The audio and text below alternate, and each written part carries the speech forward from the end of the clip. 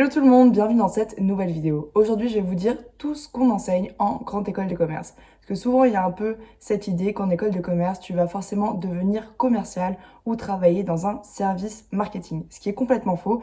Et c'est pour ça qu'aujourd'hui, on va voir comment s'articule le cursus qui est proposé en grande école de commerce et ce qu'il faut savoir pour choisir votre école de commerce. Mais avant de commencer la vidéo, si ça vous intéresse, si vous aimez ce genre de contenu, tout ce qui est avant, pendant et après les études, eh bien, je vous invite à vous abonner, à liker, ça m'aiderait énormément.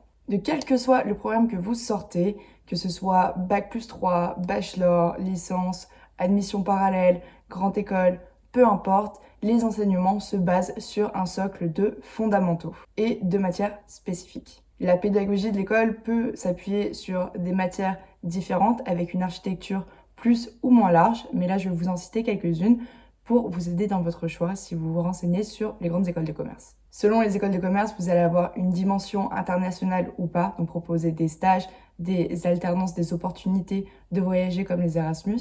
Ensuite, vous aurez aussi donc une variété de langues vivantes qui vous seront proposées.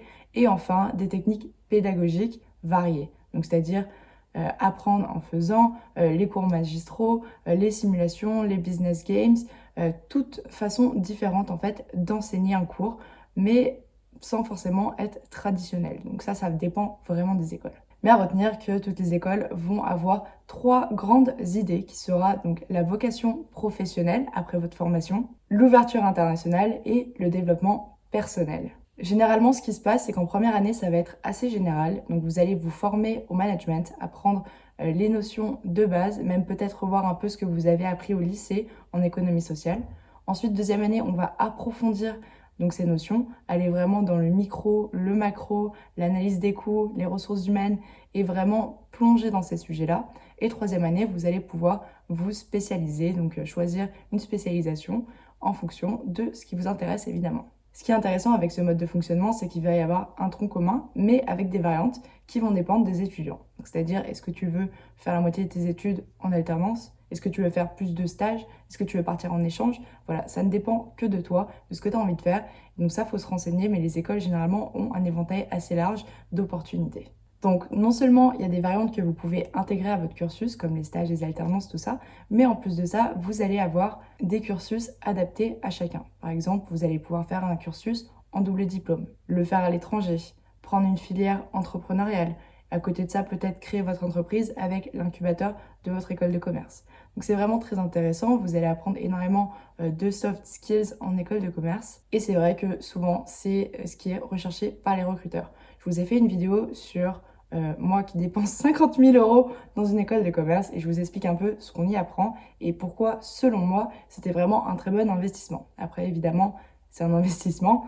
Moi, je savais ce que je voulais faire après. Si vous n'êtes pas sûr que vous allez pouvoir donc trouver un travail après, que vous avez juste envie même de trouver un travail après, si vous voulez faire une année sabbatique et que derrière vous n'avez pas vos parents qui vous appuient ou que vous étendez pas votre prêt, voilà, il faut vraiment mettre ça à jour, vraiment avoir une ligne directrice parce que c'est quand même assez cher en général les écoles de commerce. Donc je vais aussi vous donner quelques spécialisations et compétences que vous allez acquérir en école de commerce selon votre spécialisation. Donc vous avez achat, audit, consulting, études, management des organisations, négociation commerciale, business development, contrôle de gestion, finance, pilotage de la performance, ressources humaines, management des systèmes informatiques, donc IT, ensuite supply chain, brand management, luxe, tourisme, sport et entrepreneuriat. Donc voilà, comme je vous ai dit, il y a une multitude d'opportunités qui s'offrent à vous, énormément de choix. Donc voilà, si c'est quelque chose qui vous intéresse, n'hésitez pas à postuler à une école de commerce, passer les concours. Moi, c'était parmi les meilleures années de ma vie. Franchement, baladez-vous sur ma chaîne, vous allez voir que j'en parle quand même assez. Mais ouais, si vous avez des questions, n'hésitez pas à les poser en commentaire ou venir sur mon Instagram directement, je réponds à tout. Et sinon, on se retrouve la semaine prochaine. Bye!